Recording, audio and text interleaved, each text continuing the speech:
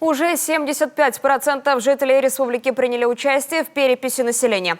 Глава Коми Владимир Уйба выбрал для себя электронный способ. Накануне он ответил на 33 предложенных вопроса на портале госуслуг.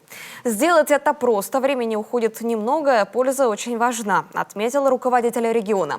Он также подчеркнул, республика сбавила темпы по переписи. На сегодня 3/4 от общего количества населения прошли анкетирование, а времени до завершения осталось немного. 14 ноября последний день. Если мы не проведем полную перепись в указанные сроки, то данные будут недостоверными.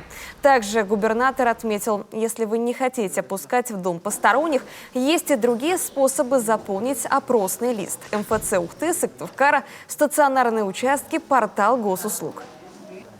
Мы будем иметь точно подтвержденные данные и, соответственно, можем на основании этого обращаться и в Минздрав, и в Министерство просвещения, потому что у нас будут обоснованные данные, сколько нам необходимо среднего персонала, врачей, сколько нам необходимо учителей, какая нам необходимость, потребность на социальный блок.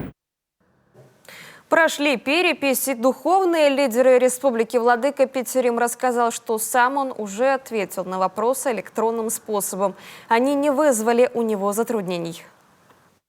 Идет всероссийская перепись населения.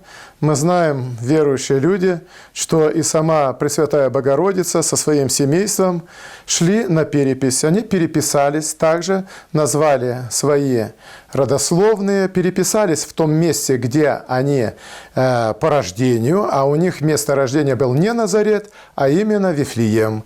И поэтому они туда и направились переписаться. И Иисуса Христа Матерь Божья привела, и саму себя записала.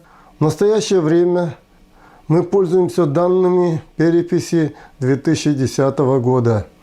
После переписи, которая пройдет скоро, эти сведения обновятся и будут использоваться до следующей.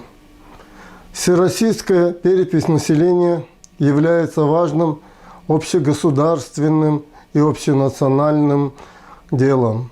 Я призываю всех вас к участию в ней.